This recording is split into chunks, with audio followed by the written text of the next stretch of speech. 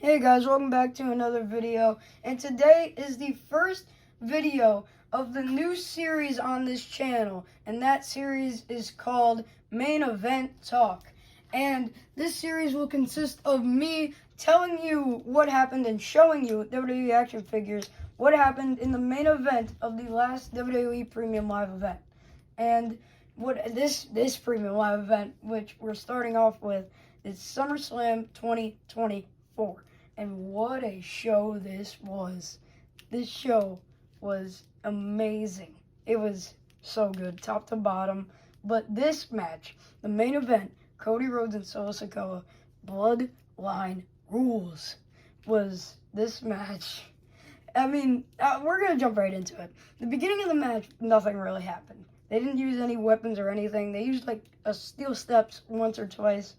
But that's really it. It was pretty boring until Cody Rhodes went for the first crossroads of the night, and he connected. And right as he was about to go for the cover, out comes Tama Tonga and Tonga Loa. And they came out and they helped their tribal chief, Solo Sikoa. They wanted to make sure that the undisputed title came back to the Bloodline. And Cody, he was outnumbered. He had nobody else to help him until the prize fighter, Kevin Owens, came out. Kevin Owens came out, and he got Tonga Loa with a stunner. And Tama Tonga caught one too. And he came out, and he came to help his friend Cody Rhodes. And we haven't seen Kevin Owens since he got taken out by the Bloodline a couple weeks ago. But then Tama Tonga got the upper hand on Kevin Owens and Cody Rhodes, and he took out Kevin Owens. And then they were really outnumbered. It was 3-on-2. Still, Cody was outnumbered until the Viper, Randy Orton, came out and gave an RKO to Tonga Loa. And of course, an RKO to Tama Tonga. And then even Solo caught one too. But first, he got hit with an old-fashioned stunner into an RKO. And then Cody got Solo again for another crossroads. And he went for the cover. The referee counted 1, 2, but Solo kicked out before the 3. Barely kicked out. I didn't replicate that very good, but you get the point. He kicked out, and then Tama Tonga and Tonga Loa, they were trying to fight off Randy Orton and Kevin Owens, but then Randy and Kevin, they took them out, and they fought through the crowd, like in this area, as you can see back here. They fought like back here, and then Randy and Kevin, they took them backstage, or through the crowd. So that means that Tama Tonga and Tonga Loa were out of the equation. So, and also was Randy and Kevin. So it was back to a one-on-one match between Solo and Cody. Until, once again, he went for another crossroads. And he went for the crossroads. But then, when he looked at the top rope, he saw the Samoan Werewolf, Jacob Fatu. He hit him with a whisper in the wind to Cody Rhodes. And he took him out. And then what happened was, I'm going to need to adjust the camera real quick. And then referee Junko got to get out of the way. So Jacob Fatu, he took Cody Rhodes to the outside of the ring. And he put him on the announce desk. Just like he did when he debuted. And he went to the top rope. He went to the top rope. And he hit him with a massive splash right through the table. And when he gave him a splash, his leg hit the announce desk so hard. And I think he broke his leg because he did not get up after that. He literally did not get up after that. And I think he broke his leg. I'm not too happy about that either. I love Jacob Fatu. And yeah, I think he broke his leg. But that was insane. And then Solo Sikoa, he brought Cody Rhodes back inside the ring, and it was, and then they fought for a little while without any interference because obviously Jacob Fatu didn't get up because he just just got his leg rocked. But so they fought for a little bit. They went back and forth without any interference. And Cody, he got the offense back. He got on the offensive, hit him with a Cody cutter. They were all both down. And then we hear the music from WrestleMania 40. And we have to wait a little bit. Everybody's questioning. First off, I thought it was a troll. I thought they were trolling us. But we saw the arrival of the original tribal chief. Love the new t-shirt, by the way. My tribal chief, Roman Reigns, came out. And he came out.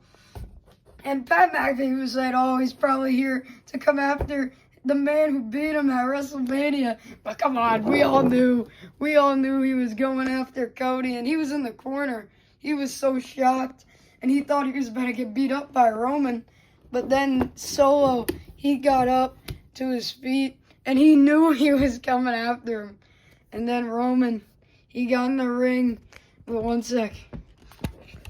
Roman, he came into the ring, and he knew who he was going after.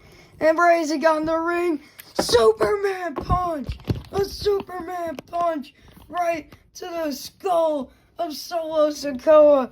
And then he went into the corner, and Roman, it felt good to do this.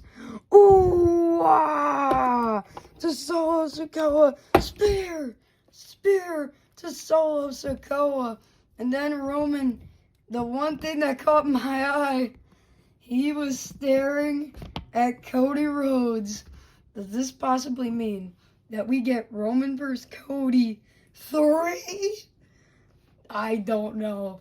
But, man, the tribal chief is back. He went to the backstage. He was done after that.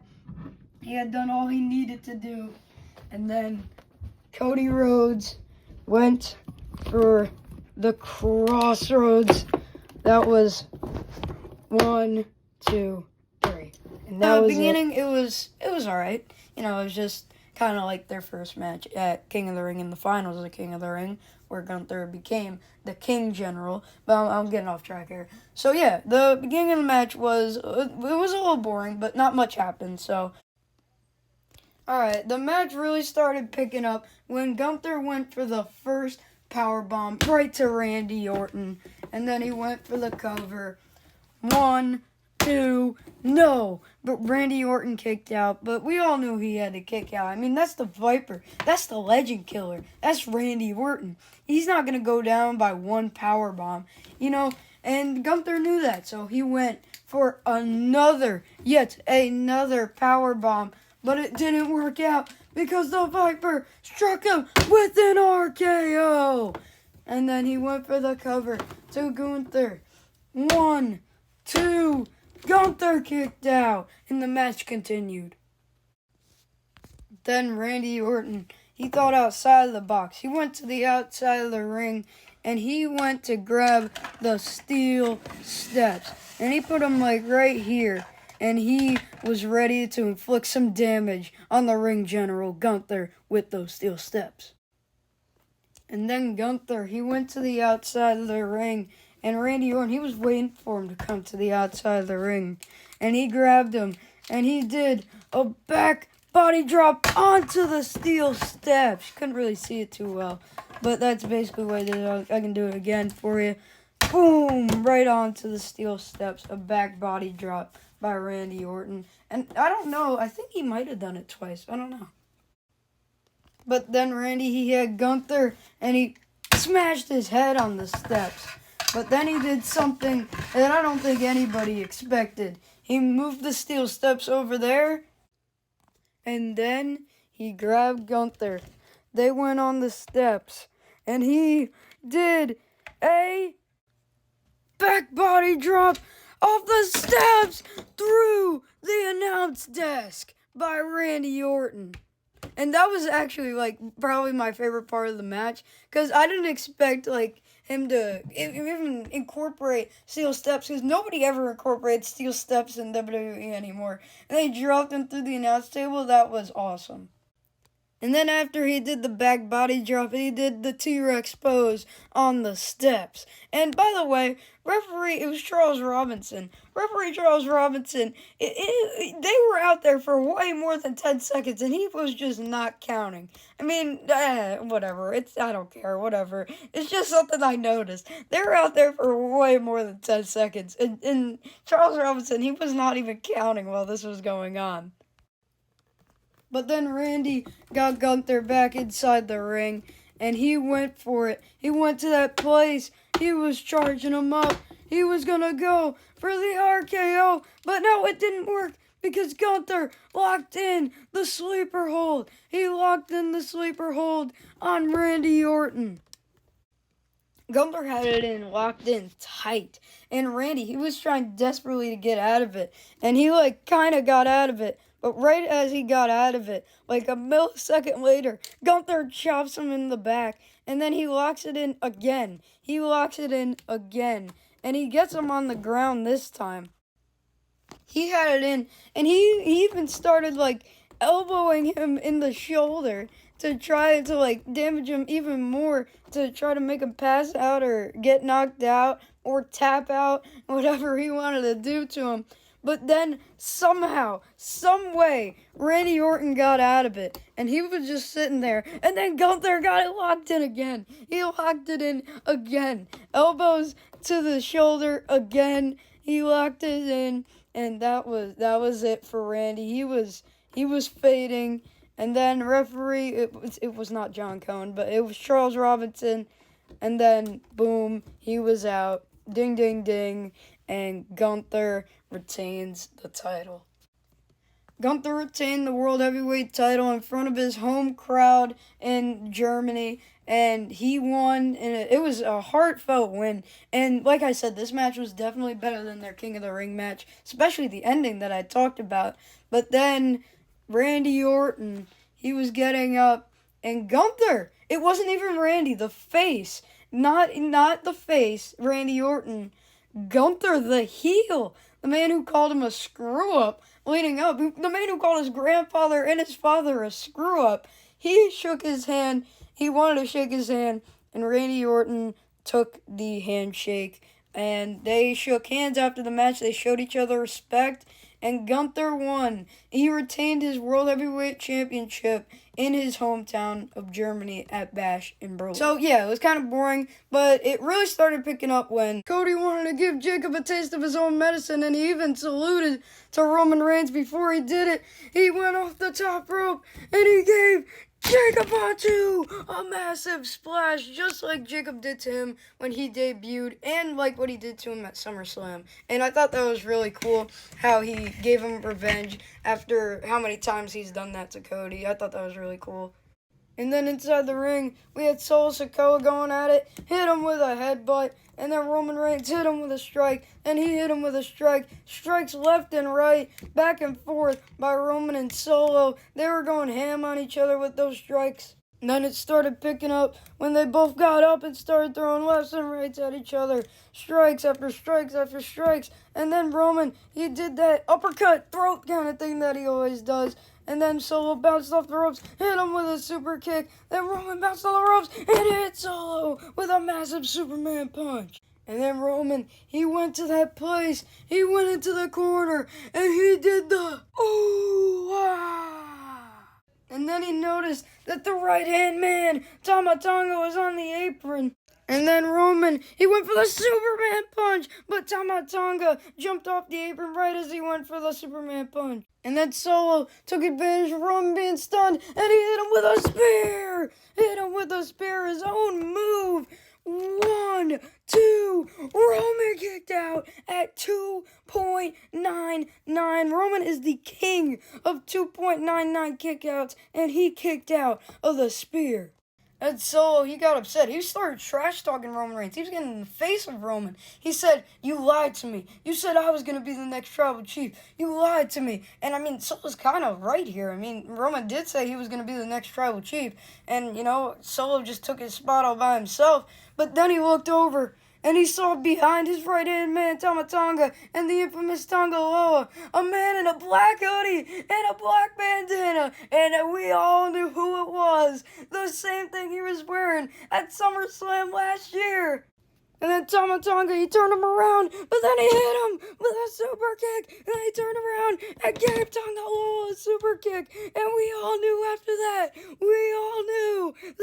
it was the quarterback of the bloodline. We knew that it was the return of Roman's cousin. That we knew that it was the return of Jimmy Uso. And I was so hyped when this happened because I've been calling for Jimmy to come back for months and months and months. I know I'm getting off track here, but oh my God, for 6 months I've been calling for Jimmy Uso to come back, and he finally came back tonight. My God, Solo seems shocked because we haven't seen him since Solo took him out. Solo and Tama Tonga took out Jimmy Uso, the SmackDown after Mania. That was the last time we saw him. And then Roman hit him with a spear, went for the cover. 1, 2, 3. Roman and Cody pick up the victory with the help from Jimmy Uso. And I'm telling you, right after Roman got the 3 count, Jimmy slid in the ring so fast.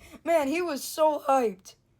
And then after the match, Roman got up and he was staring down Jimmy. We didn't know if he was going to accept him, coming back, helping him out. But then we saw the hug, the reunion of the OG bloodline. Roman Reigns and Jimmy Uso. I'm so sorry, the camera isn't focusing on it for some reason. But we saw the reunion of the OG bloodline, Jimmy Uso and Roman Reigns. Oh my God, this was so good to see. And then Roman and Jimmy, they were going to leave. But then Cody was staring them down. And then Roman was basically like, nah, this was it. It was just a one-time thing, you and me.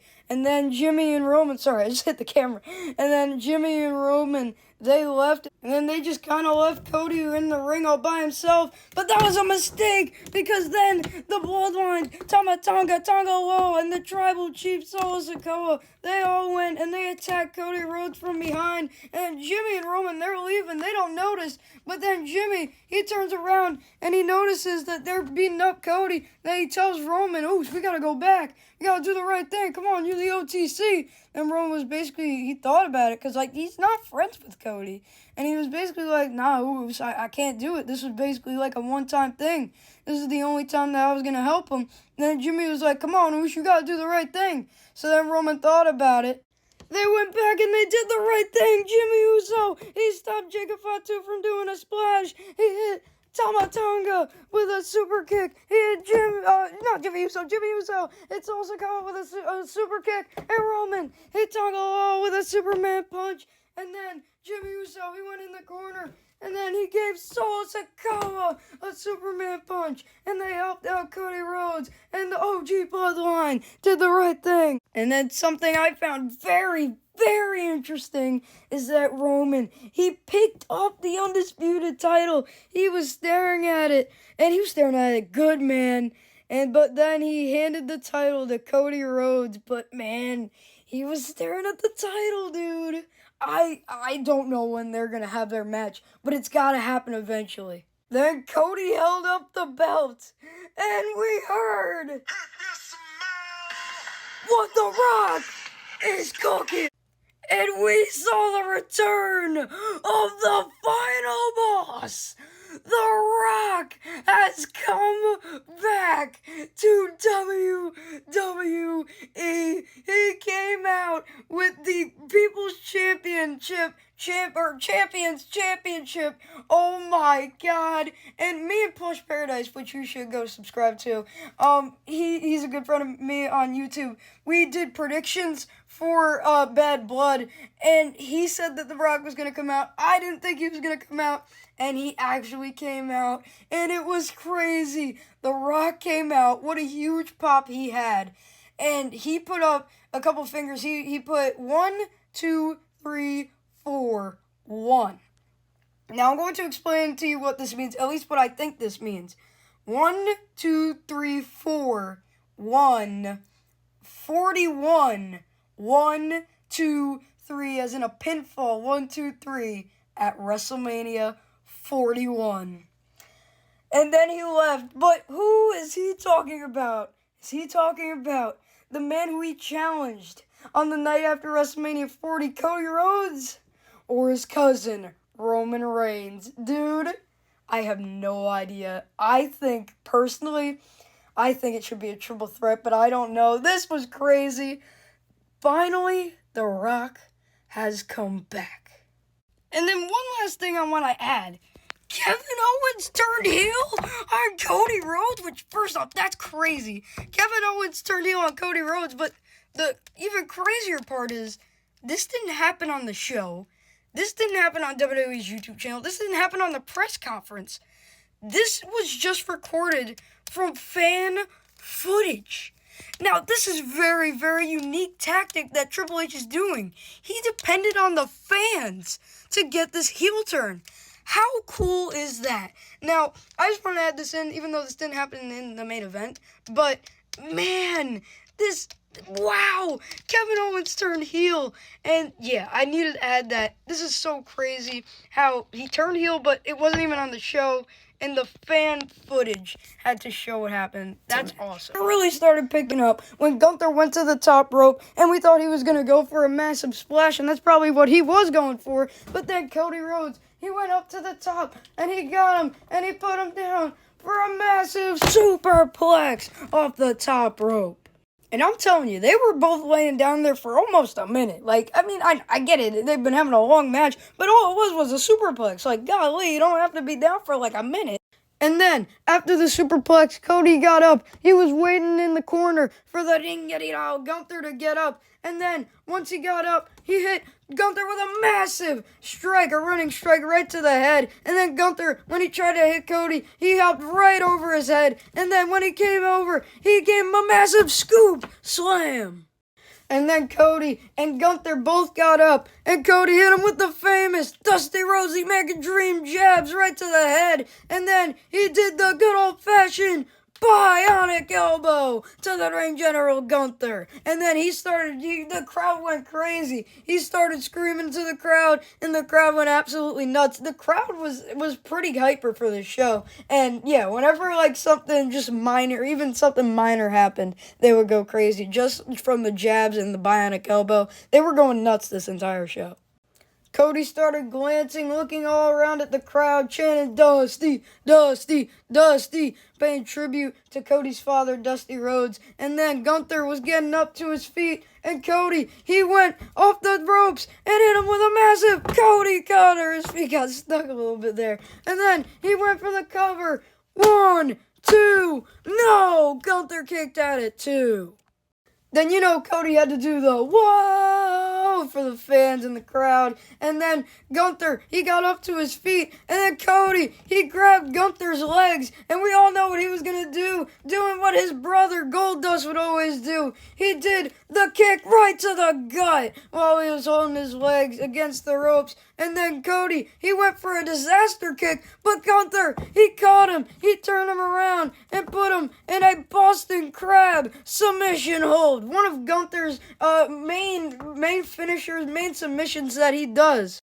Then Cody, he was in agony from the Boston Crab. This is the move that Gunther used to defeat The Miz last year at Survivor Series. That was the first time he used it. I remember that. But that was just a quick little side note. But then, so Cody, he was in agony. And then this was very, very strategic by Gunther. Cody was about to get to the ropes. But then Gunther, he dragged him right back into the middle of the ring. And then Cody, he got up and he put him in another submission, his main submission move, the sleeper hold. This was very strategic by Gunther. He got out of the first submission. Why not put him in another one to affect more damage on him? And Cody was in a hurry to get out of the sleeper hold. He was scammering all around the ring. And then he finally got to the rope. And then Gunther had to let it go. Oh my God. Oh my God. Guys, Cody's head just popped right off. I'm keeping this in the video. Oh my God. Alright, so Cody's head just fell off. Alright, so what happened was, so Cody got to the ropes, and he got out. I'm sorry. So he got out of the sleeper hold. Cody got to the ropes. Gunther let him go. Then he hit him with a massive German suplex. Maybe hinting at Gunther versus Brock Lesnar in the future. I don't think so, but you never know. So hit him with a German suplex, and then he got back up. He got him with another sleeper. Man, Gunther loves sleepers. He does one move, or he hits him with he gets him with the sleeper, and then I don't know what I'm saying anymore. I can't believe his head's fell off. So he got him with a sleeper. Cody got out of it, and he said, "Nope, we're not having that German suplex. Now I'm gonna put you back in the sleeper." That's basically what happened. But this sleeper hold, Gunther put in for a solid minute, maybe minute 15. My God, this was in for a while. And Cody, he was literally out. He was out, knocked out cold. But then referee Chad Penn, I do realize this is John Cone, but Chad Penn, he put up his arm, and Cody said, "No, I'm not quitting." Cody kept his shoulder up, and he started fighting back. He started getting up, and then he took him down, and he got out of the sleeper. And then Gunther, he went for another sleeper. I think that might have been like the third or fourth one in a row. But then Cody got out of it the same way he did that time. I don't really know what that's called. Is that called a jawbreaker or a chop block? I forget what it's called, but it doesn't really matter. So he got out of it the same way he did with the last one. And Gunther was not giving up. Why does this man love sleepers so much? He put him in another sleeper. But this time Cody came up with a very unique way to get out of it. Some way he twisted it around and gave Gunther a crossroads. And then he was laid out from the sleeper. He was still all messed up. He was still all tired. He needed to find his footing so he could not get to Gunther in time to pick up the victory and get the pin on him. Keep in mind, Gunther has put Cody in like 4 sleeper holds in the span of 2 minutes. So he's out cold. He could not move. He could not get to Gunther to pick up the victory or pin him or anything. He was tired from those sleeper holds. He just wanted to get out of it at that point. And then surprisingly, Gunther got up before Cody. So Gunther, he went into the corner. He was waiting for Cody to get up. And then once Cody got up, he gave him his signature drop kick. I couldn't think of the word. I love when Gunther does that drop kick, by the way. Sent him into the corner. And then he grabbed Cody and he put him down for his main finishing move. The power bomb. 1, 2, no! Cody kicked out at 2.99.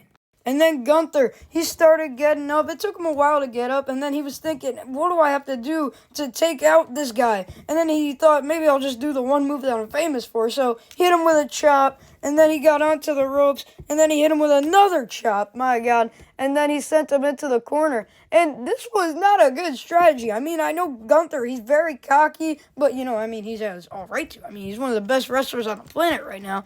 So he went over. He started slapping Cody. He literally started slapping Cody. And he slapped him a bunch of times, too. He was, non-stop slapping him. And then Cody, he said, you know what, I had enough of this. He gave him a strike right to the head. And he said, come on, slap me one more time. He gave him a massive chop. And then Cody, he started fighting back. Gunther, I'm skipping a couple parts here, sorry. He started chopping him a bunch of times. And then Cody, he got back on the offensive. He started getting on Gunther a little bit more with some strikes. And then Gunther, he went for another sleeper. What is up with this man in sleepers? He went for another sleeper. But this time, Cody, he got him with a boom. I forget what that's called, but he took him down with it. Cody and Gunther, they both got up. Cody went off the ropes, but then Gunther got him with a massive clothesline. Man, he went flying there. He got him with a massive clothesline, and then he got him up. He went off the ropes, and then Cody, he caught him with a massive crossroads, and he went for the cover. 1, 2, and no! Gunther kicked out at 2.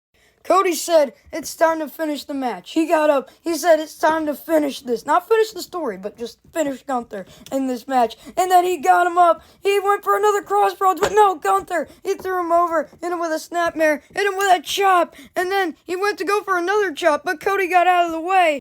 He went for a massive Cody cutter off the top rope, but Gunther caught him with, you guessed it, another sleeper. But then Cody got out of it real quick because he turned it over into a pinfall. 1, 2, Cody won the match. Cody was the superior champion in WWE, and Gunther, he called him the secondary champion. Cody proved that he is not the secondary champion, obviously. I mean, the undisputed title is the title that Roman Reigns held. Come on, that's not the secondary title. But yeah, Cody Rhodes defeated Gunther. Awesome finish. I love that finish. The top rope Cody cutter into the sweeper, into the pinfall to win. That was awesome. I love that. That was so cool. But yeah, that was the main event of Crown Jewel 2024. And then I remember, there's a difference between watching it and then watching it again. But, doing it was really cool. But the rest of obviously the beginning of the match wasn't as good as the end. The end was actually really, really good. So yeah, that was an awesome ending, just doing it here, because that was just really, really fun, because just that ending, like I just said, awesome, and the a million sleepers that Gunther put Cody in, and the a million crossroads that Cody gave Gunther. But yeah, that was a great ending to the match. I'm sorry. I mean, this is the end of the video. I can't talk. So yeah, guys, thank you for watching, and I'll see you next time on Frankie's Figure Life. Peace!